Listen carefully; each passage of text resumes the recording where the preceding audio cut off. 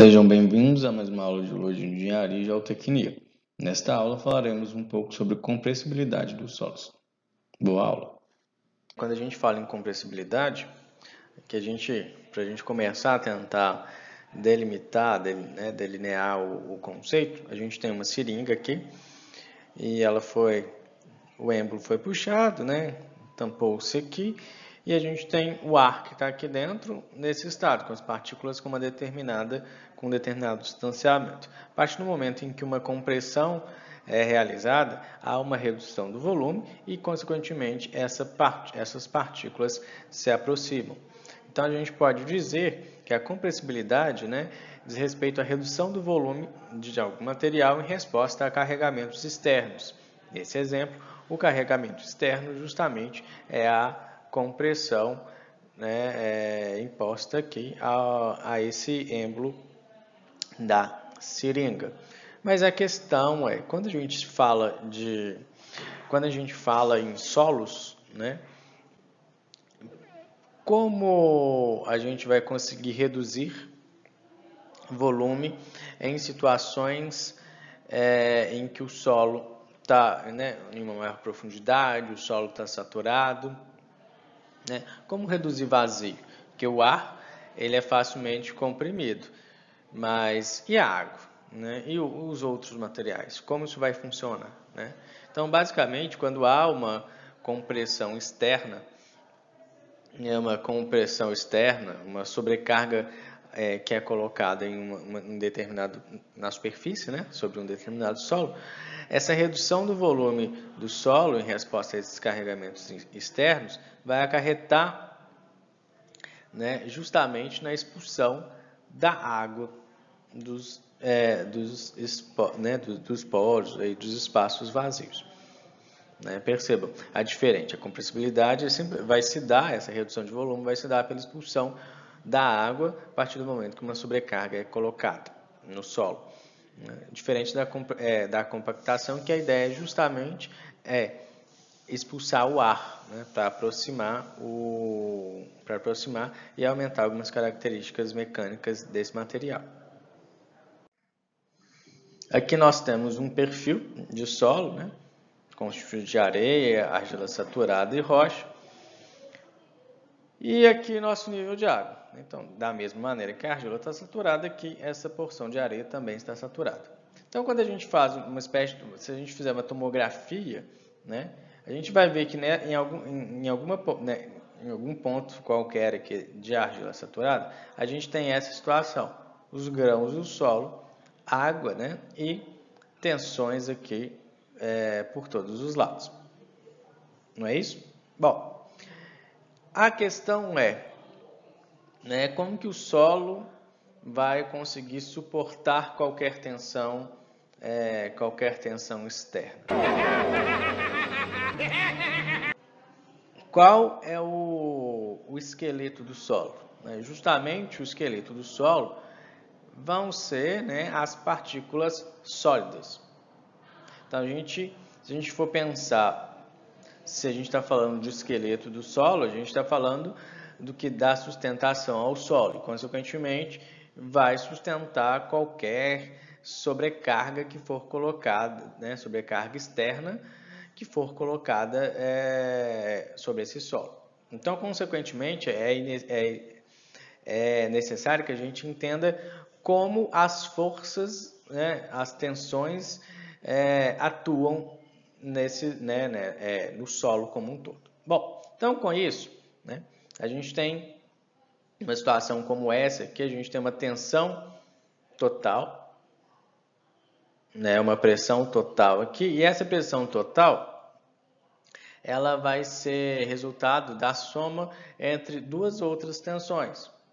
A tensão efetiva, justamente que está relacionado à tensão grão a grão, ao contato grão a grão, das partículas sólidas do solo, mais a pressão neutra ou a poropressão, que justamente é a pressão exercida pela água intersticial, pela água que está nos poros desse material.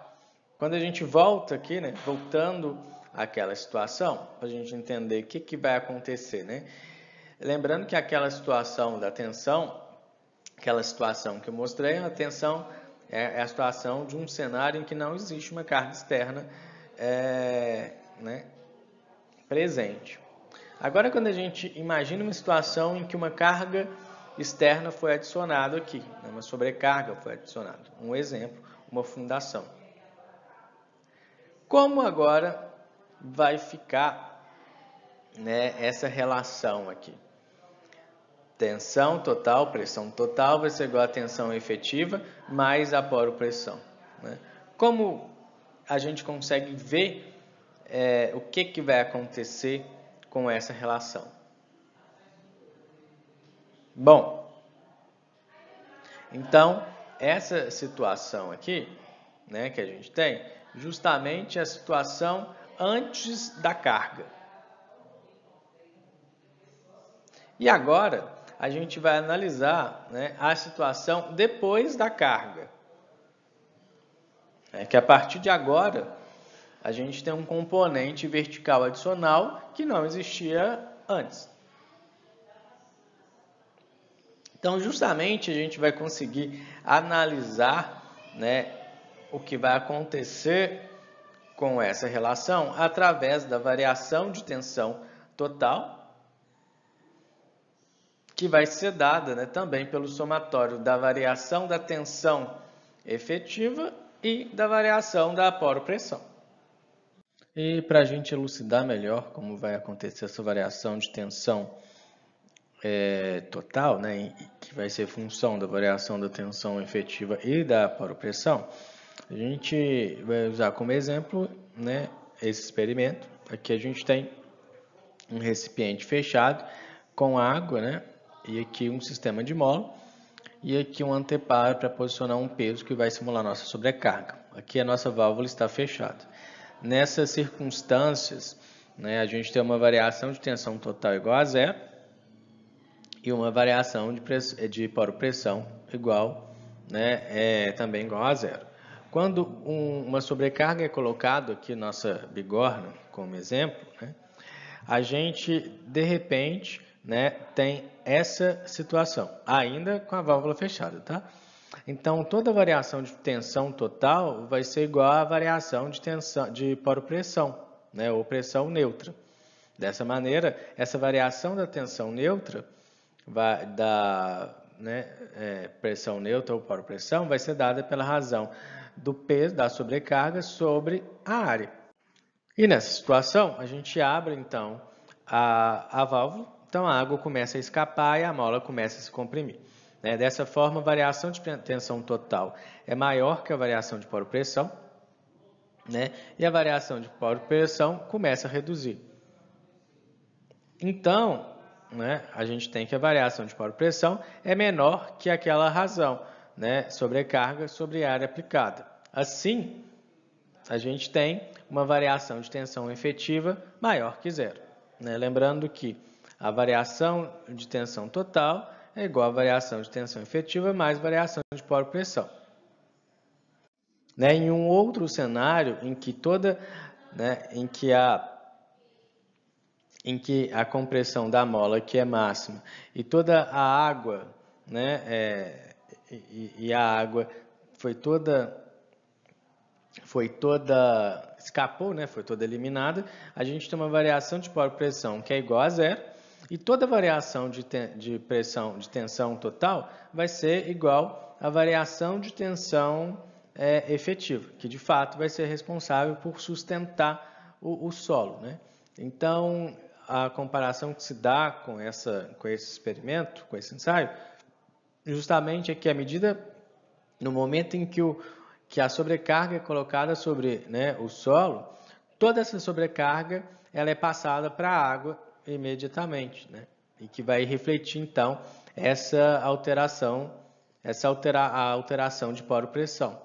E à medida que a água vai saindo do sistema, da mesma maneira que a água vai saindo dos poros do solo, né, essa variação de carga, né, que é dada sobre a carga devido à sobrecarga colocada, é transferida para a estrutura do solo, né, através desse contato grão a grão. Então, dessa maneira, a gente começa a aumentar a tensão efetiva, ou seja, aumentando, né, a variação de tensão efetiva. Então, no final do sistema, né, no final dessa compressão e que a água é totalmente expulsa do sistema, né, toda essa sobrecarga está, foi transmitida para a tensão efetiva, ou seja, a estrutura. Nesse caso aqui é a mola, mas no caso de um solo vai ser toda a tensão grão a grão, aí, que efetivamente é tensão efetiva. Então, toda a variação de tensão total no final do adensamento de um solo vai ser igual à variação de tensão efetiva. Tendo entendido essa questão, né, das forças da tensão total no solo, né, e que as partículas do solo, os grãos do solo, serão responsáveis pela sustentação, né, efetiva do solo, e que a gente vai ter um aumento, quando a gente tem um solo saturado e uma sobrecarga colocada, né, sobre esse solo, a gente vai ter uma expulsão, vai acontecer uma expulsão da água dos poros e, consequentemente, redução de volume, né? E se a gente está pensando em relação a nesse processo acontecendo abaixo de uma construção, a depender das características do solo e a velocidade com que essa água é expulsa dos poros do solo, né, a gente pode ter grandes problemas com a construção que é instalada, né? Pense, a gente viu que vai ter uma deformação, justamente, né, devido a essa expulsão da água. Então, imagina, se a deformação é rápida, ok, a gente não vai ter mais recalques posteriores. Entretanto, se a deformação é lenta, então essa deformação vai acontecer com o tempo e, consequentemente, né, pode-se gerar algum problema com a estrutura que ali foi instalada. Então, vamos pensar o seguinte, né? É importante, eu disse agora, a depender do tipo de solo. Então, essas deformações, essas deformações, né, elas podem acontecer rapidamente, né, logo depois da construção das construções, e também elas vão se desenvolver lentamente após a aplicação da carga. Isso vai depender muito das características do solo, né? Porém, de modo geral, as deformações As deformações que acontecem rapidamente, elas ocorrem em solos arenosos e em solos argilosos, porém solos não saturados, né? E a gente vai ter uma deformação, ou seja, um recalque muito lento quando a gente estiver trabalhando com solos argilosos saturados, visto justamente pelas características hidráulicas desses solos. Bom, então nesse perfil a gente tem areia, 2 camadas de areia e uma camada de argila. E vamos agora tirar lá do fundo da memória, né? Qual material é mais permeável aí? Bom, como já é sabido, justamente, as areias são muito mais permeáveis que as argilas. Então, dessa forma, né, se a gente pensar num horizonte saturado arenoso, a gente tem a expulsão da água muito rápida, né? Então, a gente tem essa variação de poro-pressão que acontece, como eu expliquei, ela vai de máxima a mínima muito rapidamente, imediatamente, né? Justamente porque a água consegue percolar rápido nesse tipo de material. Então, quando o objetivo é construir uma estrutura, né, a análise da compressibilidade do solo, na realidade, vai estar voltada para aqueles solos argilosos, né, que podem estar saturados em um perfil de solo. E, obviamente, que após a aplicação dessa carga, a velocidade de adensamento que essas camadas compressíveis vai sofrer, ela varia, né, no tempo, de acordo com as características dessa camada de solo analisado, mas também com as fronteiras drenantes, né, que para que a água consiga sair, né, é necessário que as camadas subjacentes ou sobrejacentes, ou ambas, né, sejam permeáveis. Então, a exemplo, né, nesse caso, a gente tem um perfil em que a gente tem duas camadas de areia e uma de argila. Então, quando uma sobrecarga é colocada aqui, né, existem duas fronteiras drenantes. Né? Ao contrário dessa outra situação, que eu tenho uma camada de areia e uma camada de argila. Né? Então, percebam a diferença das duas. Né? Nesse caso, a gente tem duas fronteiras drenantes. Né? Então, há a possibilidade, quando a carga é colocada, a água vai ser drenada por essa camada de areia, da mesma forma que a água vai ser drenada por essa camada de areia. Né? Diferente daqui, em que eu tenho um substrato impermeável, aqui eu só tenho essa camada de areia superior como camada drenante. Então, a água tem que percorrer toda essa distância para conseguir sair, ao contrário dessa situação em que eu tenho duas frentes drenantes. Né? Então, obviamente que o adensamento, né, essa deformação volumétrica, vai acontecer muito mais rápido nessa situação do que nessa, mesmo sendo o mesmo material.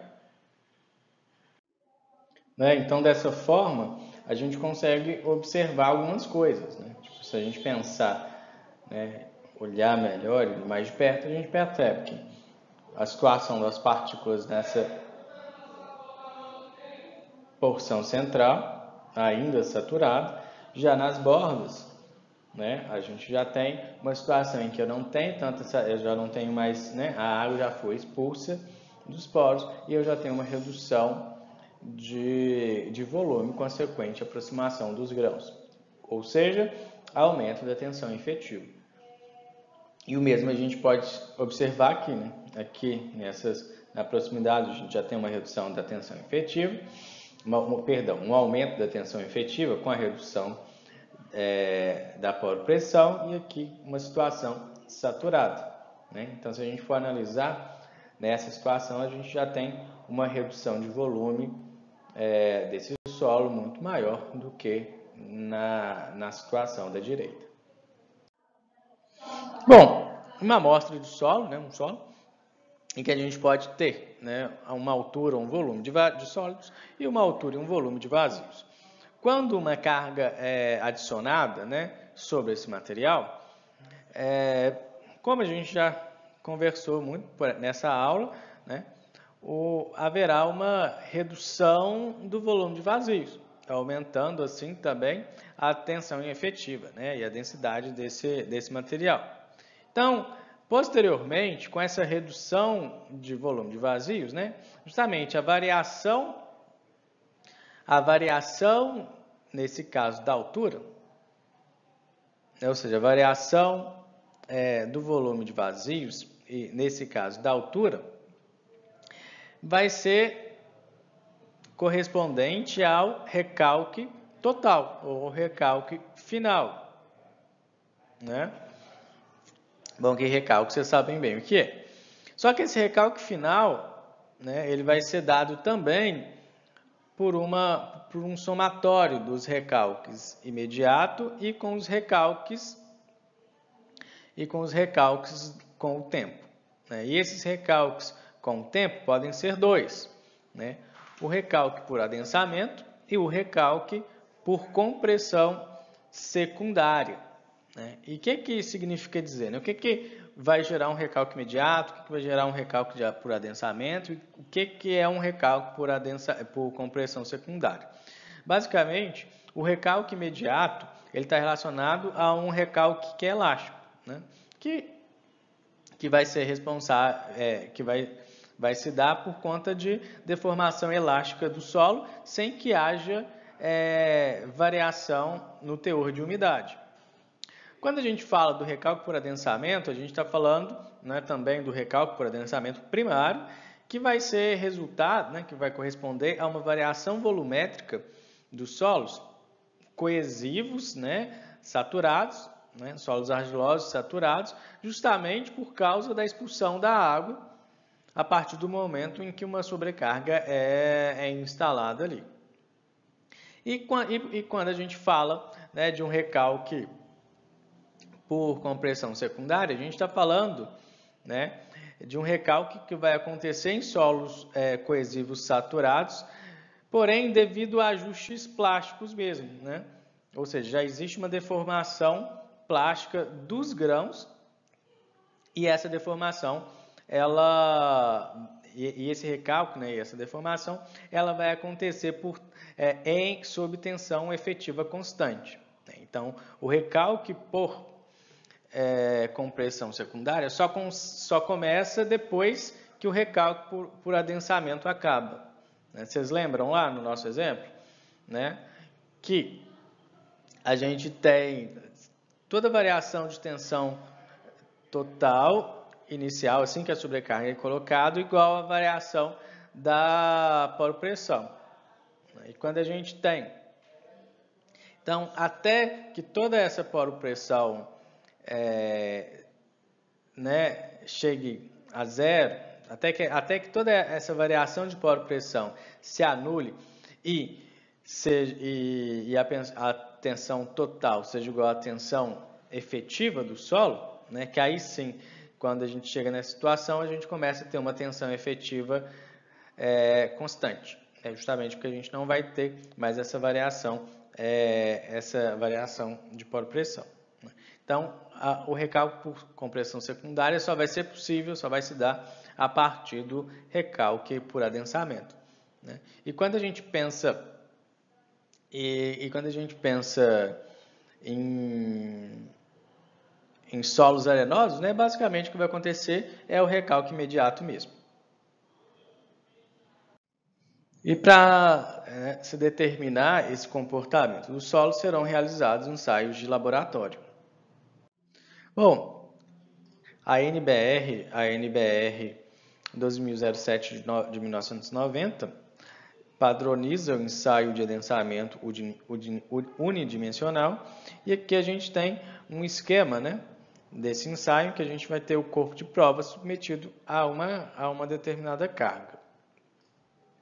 Num detalhamento maior, a gente consegue perceber que aqui vai se instalar o corpo de prova, a carga, e entre esse corpo de prova existem duas pedras porosas justamente para permitir a saída de água. E com base nisso a gente consegue determinar coeficiente de adensamento, índice de compressão, índice de expansão e tensão de pré-adensamento. Tudo isso visando a determinação do grau de compressibilidade. Para a execução desse ensaio é necessário que a amostra seja uma amostra indeformada, Então, o primeiro passo é esculpir a amostra dentro do cilindro de prova, direitinho para preservar as características do solo. Depois, ele é acondicionado dentro da cápsula que vai sofrer a sobrecarga e, posteriormente, ele é colocado no equipamento que vai submeter o corpo de prova à sobrecarga.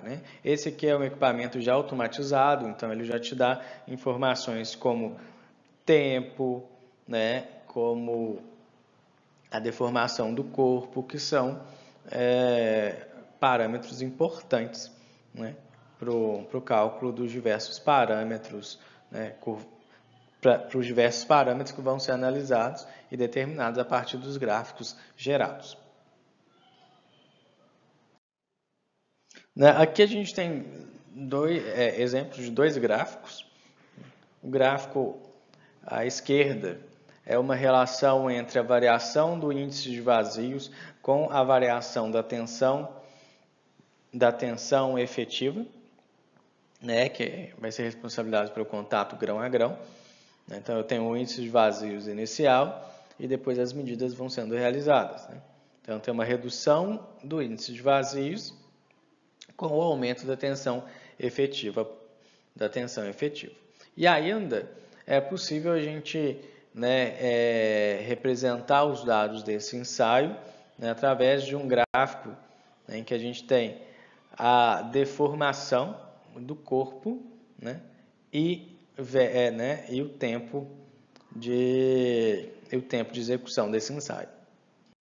Né, com base no gráfico deformação versus tempo, em escala logarítmica, a gente consegue determinar o coeficiente de adensamento, né, que vai ser dado por essa fórmula. Aqui a gente tem a altura drenante, né, a altura drenante, como eu mostrei naquela figura com os dois solos, e aqui o tempo no momento em que o ensaio atingiu, né, a amostra atingiu 50% da sua deformação. Esse é o processo de Casagrande. Aqui já a gente tem, né, uma fórmula um pouco diferente, em que eu tenho a altura drenante também e a deformação, né, o tempo aqui na deformação equivalente a 90%. Né? E esse é o processo de Taylor. Entretanto, os gráficos são um pouco diferentes, visto que, né, aqui não é log do tempo, e sim raiz do tempo. Esse gráfico já é o gráfico, né, de índice de vazios por tensão efetiva, sobre o qual a gente consegue, a partir do qual a gente consegue calcular o índice de vazios inicial e o índice de vazios ao fim de cada carregamento. Né? Cada carregamento é porque para a execução desse ensaio, né, de tempos em tempos, essa carga sobre a qual o solo está sendo submetido, ela é aumentada. E por vezes também, né, ele é descarregado justamente para registrar essa expansão do solo. Né? Então percebam, eu tenho um aumento de tensão efetiva e redução do índice de vazios. Quando ela é descarregada, eu tenho uma redução da tensão efetiva e aumento do índice de vazios. E depois o processo de carregamento recomeça. E para a determinação dos índices de compressão e de expansão, né? Para o índice de compressão, a gente vai ter o coeficiente angular da reta virgem e para o índice de expansão, o coeficiente angular da reta de descompressão, né? Como a gente pode ver. Reta de descompressão, reta virgem. E o que isso significa no gráfico? Né? Bom, aqui é a nossa reta virgem, que equivale, né, justamente ao adensamento primário, né? E aqui é a nossa reta de descompressão. Então, coeficiente angular dessa índice de compressão, coeficiente angular dessa índice de expansão. E aqui as relações para que a gente consiga, né, determinar aí o coeficiente angular, coeficiente de compressão e também o coeficiente de expansão, tá?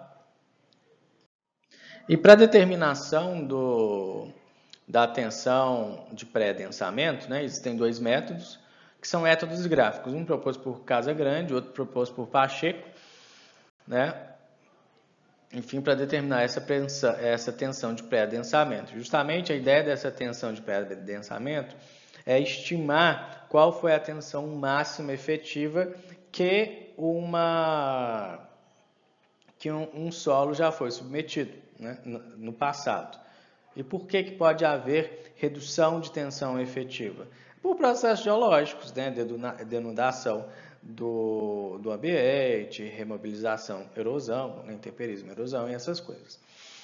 Então, com isso é possível calcular o OCR, né, que é a tensão de pré-adensamento, que foi determinada pelo gráfico, é a razão entre essa tensão de pré-adensamento e a tensão efetiva sobre a qual o solo está submetido neste momento. E, consequentemente, né, a gente pode classificar esses solos como argilas normalmente adensadas, quando eu tenho tensão de pré-adensamento igual à tensão efetiva atual, argilas sobreadensadas e argilas parcialmente adensadas. Quando a gente pensa nas argilas sobreadensadas, eu tenho, né, essa razão superior a 1, o que significa dizer que a tensão efetiva máxima do passado, sobre a qual o solo foi submetido no passado, é maior que a tensão efetiva atual. Então, de certa maneira, nessas argilas sobreadensadas,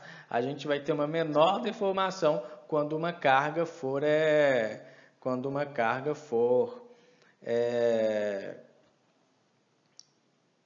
colocada sobre esse solo, né? E com base, né, em todos esses parâmetros que a gente obteve ao longo dessas etapas de análises gráficas, a gente consegue determinar, né, o recálculo por adensamento primário total, né, total esperado. E, consequentemente, né, a gente também consegue estimar o recalque, né, em tempo, em um determinado tempo estimado, e com isso, com essa relação do adensamento por tempo, né, em um determinado tempo t, e o adensamento total esperado, a gente consegue determinar o grau de adensamento, né, para uma camada argilosa saturada e, consequentemente, prever o comportamento de alguns materiais.